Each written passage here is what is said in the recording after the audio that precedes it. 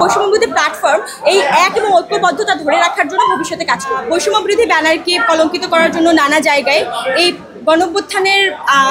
প্ল্যাটফর্মকে কলঙ্কিত করার জন্য নানা জায়গায় নানা ধরনের অপপ্রচেষ্টা চলেছে এবং এই ব্যানারকে ব্যবহার করে নানা অপকর্মকে করানো হয়েছে।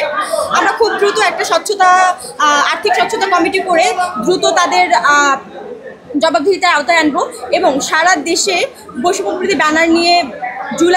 সামনেই আমাদের জুলাই মাস বা আমরা বিস্তৃত আকারে কাজ করব এবং জুলাইয়ের যে চেতনা আহত পরিবারদের দ্বারে দ্বারে পৌঁছানো, তাদের সুবিধা অসুবিধাগুলো শোনা, তাদের কথা শোনা, তাদের গল্পগুলো তুলে আনা, তাদেরকে নিয়ে আমরা কি করতে পারি, নতুনভাবে বাংলাদেশকে কিভাবে সাজাতে পারি, সেই চেতনাগুলো আমাদের থাকবে।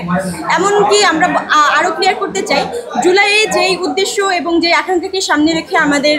হাজার হাজার ভাই বোনেরা শহীদ হয়েছে, যারা নিজের বুকের তাজা রক্ত ঢেলে দিয়েছে রাজপথে, তাদের শুধুমাত্র এক ফ্যাসিস্টকে সরানোই তাদের মূল লক্ষ্য ছিল না, তাদের ফ্যাসিবাদী কাঠামো বিলোপ এবং বাংলাদেশকে নতুনভাবে গঠন করার একটা প্রত্যয় ছিল। সেই প্রত্যয়কে ধারণ করে আমরা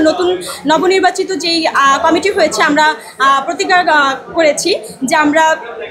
সেই প্রত্যয়কে ধারণ করব এবং তাদের স্বপ্নের বাংলাদেশ বিনির্মাণে নিজেদের সর্বোচ্চটুকু দিয়ে কাজ করব। আমরা এই ব্যাপারটা খুবই স্পষ্ট করেছি যে আমরা বৈষম্যবিরোধী ব্যানারের নামে কোনো ধরনের কোনো অনিয়ম, দুর্নীতি, চাঁদাবাজি আমরা সহ্য করব না এবং এই ব্যাপারে আমাদের জিরো টলারেন্স নীতি আমরা ঘোষণা করেছি শুরুতেই। এই ক্ষেত্রে আমরা বলতে চাই, যদি আমরা আর্থিক স্বচ্ছতা কমিটি রিপোর্ট দেওয়ার পরে এই ধরনের কোনো অভিযোগের সত্যতা আমাদের সামনে আসে, সেক্ষেত্রে আমরা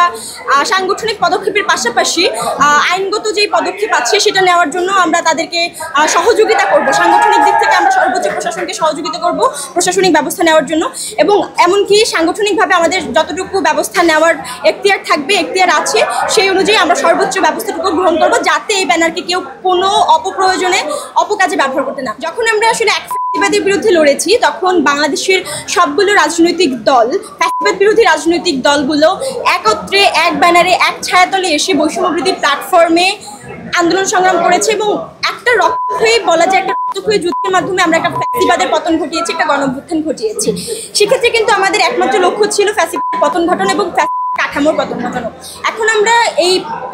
5ই আগস্ট পরবর্তী সময় দেখতে পাচ্ছি বিভিন্ন জায়গায় বিভিন্ন সময় আসলে আমাদের